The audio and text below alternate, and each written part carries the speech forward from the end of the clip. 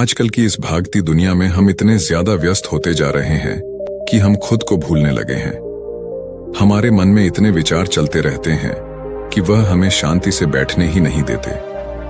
जब कभी थोड़ा सा समय मिलता है हमें शांति से बैठने का, तो हमारे दिमाग में फिर से तमाम विचार आने लगते हैं और फिर हम यह भूल जाते हैं कि हम शांतिपूर्वक बैठे हैं कि नहीं। अर्थात हमारा दिमाग विचारों से इतना ज्यादा भर जाता है कि वह हमें शांति से एक जगह पर बैठने ही नहीं देता।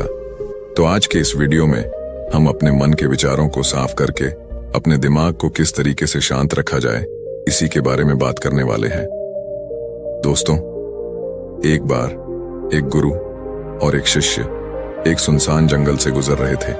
तभी शिष्य अपने गुरु से एक सवाल करता है कि गुरुजी, ऐसा क्यों होता है कि कुछ लोगों के पास कुछ भी नहीं होता लेकिन फिर भी वह सुखी रहते और आनंद में रहते हैं, और कुछ लोगों के पास सब कुछ होते हुए भी उदासी उनके चेहरे पर साफ दिखाई देती है। गुरु ने एक मुरझाए हुए फूल की तरफ इशारा करते हुए अपने शिष्य से कहा कि यह सोचने और समझने की बात है। अगर ये फूल ये सोचेगा कि मैं कल मुरझा गया था, या फिर यह सोचेगा कि मैं भविष्य में फिर से मुरझा जाऊंगा, तो ये कभी भी खुलकर पूरी तरीके से खेल नहीं पाएगा। अपने सुंदर स्वरूप में यह कभी भी वापस नहीं आ पाएगा और अपनी इस प्रकृति में कभी भी बिखेर नहीं पाएगा। इसी प्रकार इंसान अपने अतीत की यादों में खोया रहता है या फिर अपने भविष्य की करता रहता है। भविष्य के दुखों के बारे में सोचता रहता है, या भूत में जो उसके साथ बुरी घटनाएं घटित हुई हैं, वह उन्हीं के बारे में सोच सोच करके वह अपने भविष्य के लिए चिंतित होता रहता है। तो ऐसा मनुष्य जीवन में कभी भी सुख अनुभव नहीं कर सकता। यह समझने की बात होती है कि जीवन हमेशा वर्तमान में होता है। अतीत और भविष्य की कल्पनाएं हमेशा मनुष्य को मृत्यु की तरफ ले जाती हैं। इसलिए यह जरूरी हो जाता है कि जिस प्रकार हम अपने शरीर की देखभाल करते हैं, उसे बीमारियों से दूर रखने के लिए उसके अंदर ऐसी गंदगी भी साफ करते रहते हैं। ठीक उसी प्रकार समय समय पर हमें अपने मन और मस्तिष्क की भी गंदगी को साफ करते रहना चाहिए, उसकी धुलाई करते रहना चाहिए। इससे आपकी बुद्धि की क्षमता तो तेज होगी ही होगी, साथ ही साथ आप हमेशा आनंद में रहने का रहस्य भी जान पाएंगे। शिष्य ने सवाल किया कि गुरुदेव, इससे पहले कि हम मन और मस्तिष्क पर चर्चा शुरू करें, इससे पहले मैं यह जानना चाहता हूं कि जिन लोगों के पास सब कुछ होता है वह दुखी क्यों रहते हैं, और जिन लोगों के पास कुछ भी नहीं होता है वे अक्सर आनंद में क्यों होते हैं? यह रहस्य क्या है? इसके पीछे का कारण क्या हो सकता है? गुरु ने उत्तर दिया कि कुछ लोग जीवन में जब सब कुछ हासिल कर लेते हैं और सब कुछ हासिल कर लेने के बाद उन्हें सब चीजों की व्यर्थता का पता चल जाता है। ऐसे लोगों को अक्सर यह एहसास जकर लेता है कि मैंने जीवन में कुछ भी पाया, जो कुछ भी किया उससे भले ही मैंने सुख सुविधाएं हासिल कर ली हों, लेकिन मन की शांति अभी भी बहुत दूर है और अधूरी भी है। उस तक मैं पहुंच नहीं पाता। सब कुछ पाकर भी मैं अपने मन को जान नहीं पाया। और जब इंसान को ऐसा लगता है तो उसे महसूस होता है कि जो कुछ भी उसने कमाया है वह कौड़ियों का भाव था। उसने अपना जीवन बेकार की चीजों में यूं ही व्यर्थ कर दिया। और वहीं पर जिस इंसान के पास जीवन में कुछ भी नहीं होता है, उसके पास एक उम्मीद होती है, सब कुछ पाने की लालसा रखता है, और वही लालसा, वही इच्छा उसको जीवन में खुश रखती है, आगे बढ़ाती है, और ऊर्जा से वह हमेशा भरा रहता है। गुरु ने अपने हाथ से एक सूखे पैर की तरफ इशारा करते हुए कहा कि शिष्य, कभी तो यह पैर भी हरा भरा रहा होगा, फलों से लदा हुआ रहा होगा। अनेक प्रकार के पक्षी और जानवर इस पर आराम करते होंगे, इसके फलों को खाते होंगे। इस समय इस पैर को भी यह पता नहीं होगा कि एक दिन यह सूख जाएगा और उसकी हालत इतनी बदतर हो जाएगी कि ये किसी को छांव तक नहीं दे पाए, उसके ऊपर पत्ते तक नहीं रह जाएंगे। उसी प्रकार मनुष्य अपने जीवन की दौड़ में यह भूल जाता है कि जिस दौर में वह सबसे आगे निकलने की कोशिश कर रहा है, उसका अंतिम चरण तो मृत्यु ही है। काश वो कभी इस दौर से अलग हटकर यह देख पाए कि इसका अंतिम चरण उसे कहां तक पहुंचाएगा। जिस दौर से वह सबसे आगे निकलकर जीतने के ख्वाब देख रहा है, उसका वास्तव में अंतिम चरण मृत्यु ही है।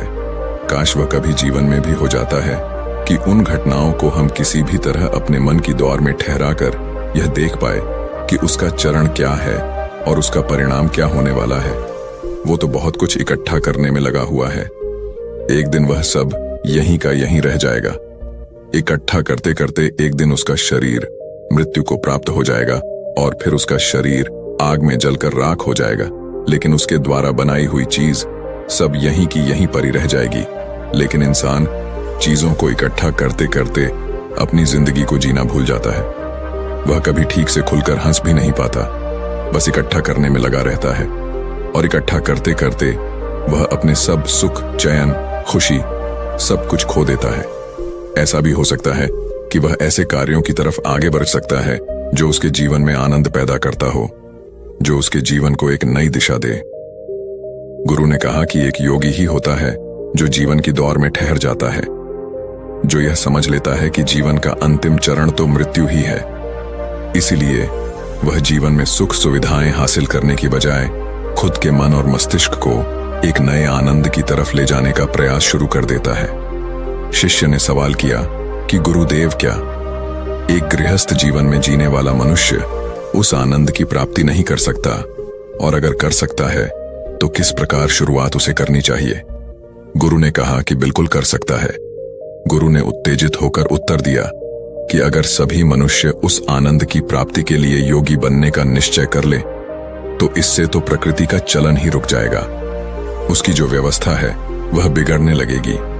एक सच्चा योगी अपने जीवन में खोज करता है और खोज करने के बाद वह गृहस्थ जीवन में किस प्रकार आनंद को प्राप्त किया जा सकता है वह तरीके सभी को बताता है, ताकि मनुष्य अपने गृहस्थ जीवन का पालन करते हुए उस आनंद की प्राप्ति भी कर सके। गुरु ने उस युवक को संबोधित करते हुए उत्तर दिया कि मैंने अपने जीवन में जो खोज की है उसके अनुसार मनुष्य को समय समय पर अपने मन और मस्तिष्क की सफाई करते रहना चाहिए। मनुष्य अपने शरीर पर तो ध्यान दे देता है, लेकिन अपने मन और मस्तिष्क को वह भूल जाता है, उस पर कभी ध्यान ही नहीं देता और उसी वजह से मन और मस्तिष्क उसके बूढ़े होते चले जाते हैं। उसमें जवानी रह ही नहीं जाती और जब उनमें जवानी नहीं रह जाती तो वो नयापन और ताजगी नहीं रह जाती, जिसकी वजह से एक इंसान उदासी से भर जाता है। मन और मस्तिष्क की गंदगी क्या होती है, पहले मैं तुम्हें यह बताता हूं। हर मनुष्य के जीवन में कुछ ऐसी घटनाएं घटती हैं जिनका उसके मन और मस्तिष्क पर बहुत ही गहरा असर डालती है। वह जीवन पर्यंत उन घटनाओं को भुला भी नहीं पाता और वही घटनाएं उसके मन में पूरी तरह से पक्की बैठ जाती हैं, जो उसके मन में गांठ बना लेती है और भविष्य में जब भी वह कोई काम करता है तो ये घटनाएं उसको प्रभावित करती है। उसके विचारों को, उसके निर्णय को पूरी तरह से यह घटनाएं बदल कर रख देती हैं। ऐसे मनुष्य की दृष्टि भी भ्रमित हो जाती है। वह सत्य स्वरूप को देख ही नहीं पाता। वह उन चीजों को, उन घटनाओं से जोड़कर भ्रमित तरीके से देखता रहता है। उदाहरण के लिए, अगर किसी बुरी आंखें वाले आदमी ने आपको धोखा दे दिया है तो आप जीवन पर्यंत बुरी आंखें वाले आदमी को हमेशा धोखेबाज ही समझते रहेंगे। उस पर कभी पूर्ण रूप से आप विश्वास ही नहीं कर पाएंगे। लेकिन समझने की बात यह होती है कि जिस इंसान ने आपको धोखा दिया है वह धोखा आपको बुरी आंखों से नहीं मिला, वह इंसान के स्वभाव से मिला है। लेकिन उस इंसान के स्वभाव से हमारे दिमाग में उसका एक चित्र छप गया, उसकी एक छवि बन गई और वह छवि दूसरे आदमी से जब हम संपर्क करते हैं तो बीच में एक दीवार की तरह खड़ी हो जाती है और इसी वजह से दो लोगों के बीच गहरे संबंध स्थापित नहीं हो पाते। तो मनुष्य के लिए सबसे जरूरी यही होता है कि वह अपने आप को अतीत की घटनाओं से मुक्त रखे। उन घटनाओं से प्रभावित होकर वह दिमाग में किसी तरह की छवि न बनाए। कुछ लोग इस बात पर यह सवाल खड़ा कर सकते हैं कि फिर जीवन के अनुभव किस काम में आएंगे, लेकिन समझने की बात तो यह होती है कि हम जीवन के अनुभवों को भी भ्रमित तरीके से जान लेते हैं, सही तरीके से उनसे सीख ही नहीं पाते। शिष्य अपने गुरु की बातों में इतना खो गया कि उसे चलते चलते जंगल के रास्ते में पड़े हुए कांटे दिखाई नहीं दिए और अचानक उसके पैर में कांटा छुप गया।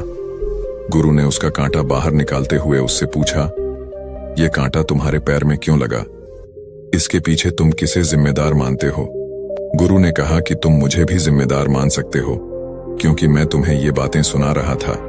या तुम खुद को भी जिम्मेदार मान सकते हो कि तुम मेरी बातों में इतना खो गए कि तुम्हारा रास्ते पर से ध्यान ही नहीं रहा।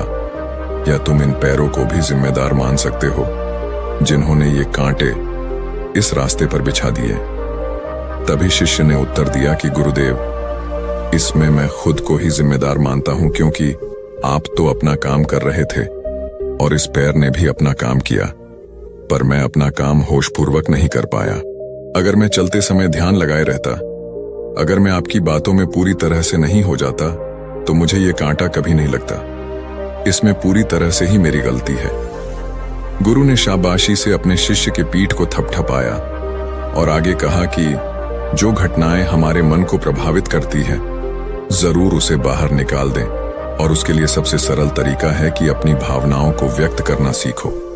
उसे अपने दिल में, अपने मस्तिष्क में बैठा कर मत रखो। जब तुम किसी दूसरे मनुष्य के सामने अपनी भावनाओं को व्यक्त कर देते हो, तो तुम्हारे मन का बोझ हल्का हो जाता है। कुछ लोगों का स्वभाव ऐसा होता है कि वह अपने मन की बात किसी को नहीं बताते।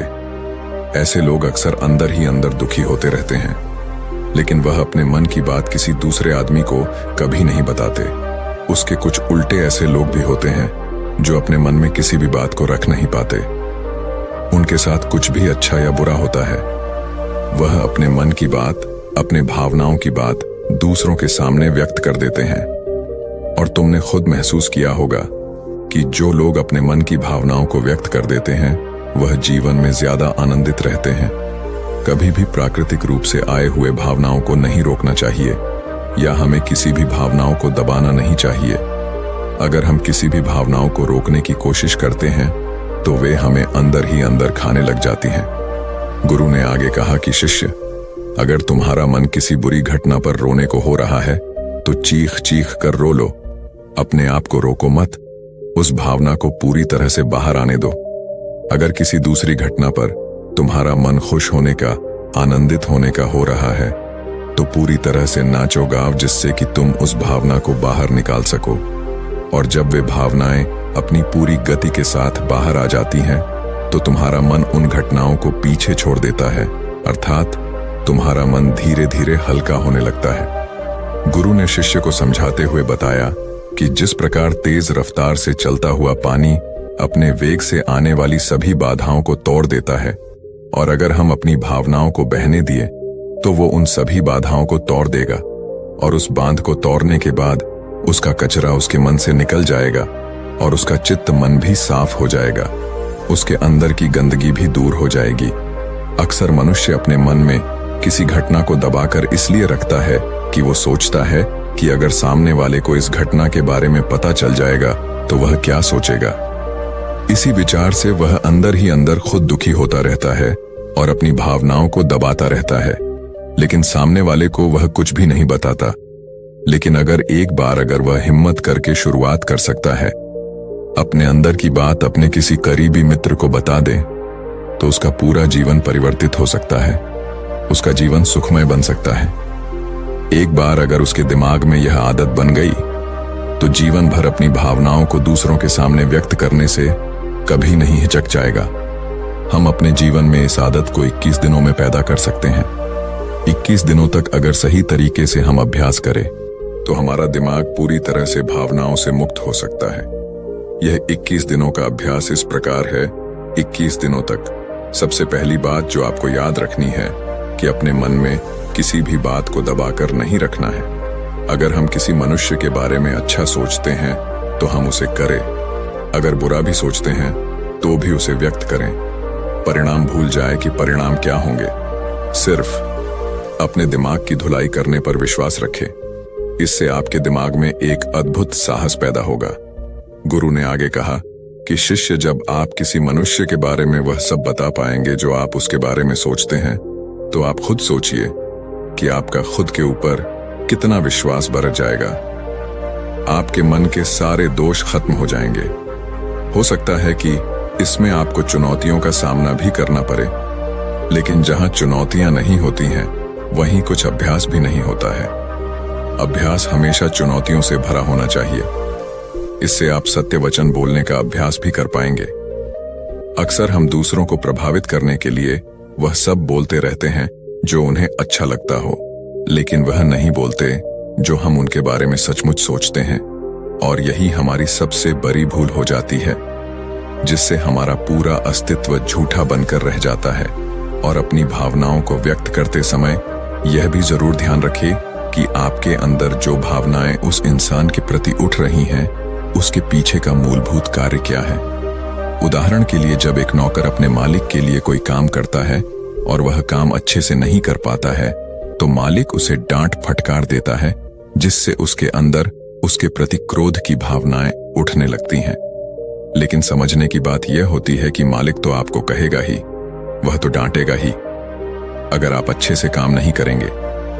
अगर आप काम अच्छे से कर रहे हैं और फिर भी आपका मालिक आपके साथ उचित व्यवहार नहीं कर रहा है, तो आप खुलकर अपने मालिक को भावनाएं व्यक्त कर सकते हैं, बिना यह सोचे कि इसका परिणाम क्या होगा। अगर आप इस भावना को उठाएंगे नहीं, तो आप अपनी नजरों में खुद ही नीचे गिरने लग जाएंगे। आपका आत्मविश्वास बिल्कुल खत्म हो जाएगा। दूसरा अभ्यास जो तुम्हें 21 दिनों तक करना है, वह यह है कि जो भी घटनाएं तुम्हारे साथ घटित होती हैं, कम से कम आपके जीवन में एक ऐसा इंसान होना चाहिए जिसके सामने तुम अपने दिल की बात रख सकते हो। चाहे अच्छी बात हो, चाहे बुरी बात हो, वह सब बातें तुम बिना कुछ सोचे विचारे, बिना कुछ डर से कि वो इंसान तुम्हारे बारे में क्या सोचेगा, तुम उस इंसान को अपनी सारी बातें बता सको और वह इंसान तुम्हारी सारी बातें सुनने के बाद तुम्हारे लिए कोई छवि पैदा न करे। ऐसे इंसान अपने जीवन में खोजो और उनके सामने अपनी सारी भावनाएं व्यक्त करने की कोशिश करो। दिन में जो कुछ भी घटित होता है, अच्छा लगता है या बुरा होता है, किसी के प्रति आकर्षण होता है, उसको एक दोस्त की तरह बताने का प्रयास करें। इससे यह पता चल जाएगा कि तुम्हारा मन घटनाओं के प्रति किस प्रकार की भावनाएं पैदा करता है। तुम अपने मन की सारी बातें कह दो, ताकि तुम्हारे अंदर की भावनाएं, तुम्हारे अंदर में जो विचार उत्पन्न हो रहे हैं, वह पूरी तरह खाली हो जाए। तीसरा अभ्यास जो तुम्हारे मन को खाली रखेगा, वह है योग्य निद्रा का अभ्यास। देखते ही देखते ये चर्चा खत्म करते हुए गुरु और शिष्य उस जंगल को पार करके अपने आश्रम में पहुंच चुके थे। तो दोस्तों, उम्मीद है इस वीडियो से आपको काफी कुछ सीखने को मिला होगा, और अगर कुछ सीखने को मिला हो तो हमारे इस वीडियो को लाइक, शेयर और साथ ही कमेंट में नमो बुद्धाय जरूर लिखिएगा। धन्यवाद।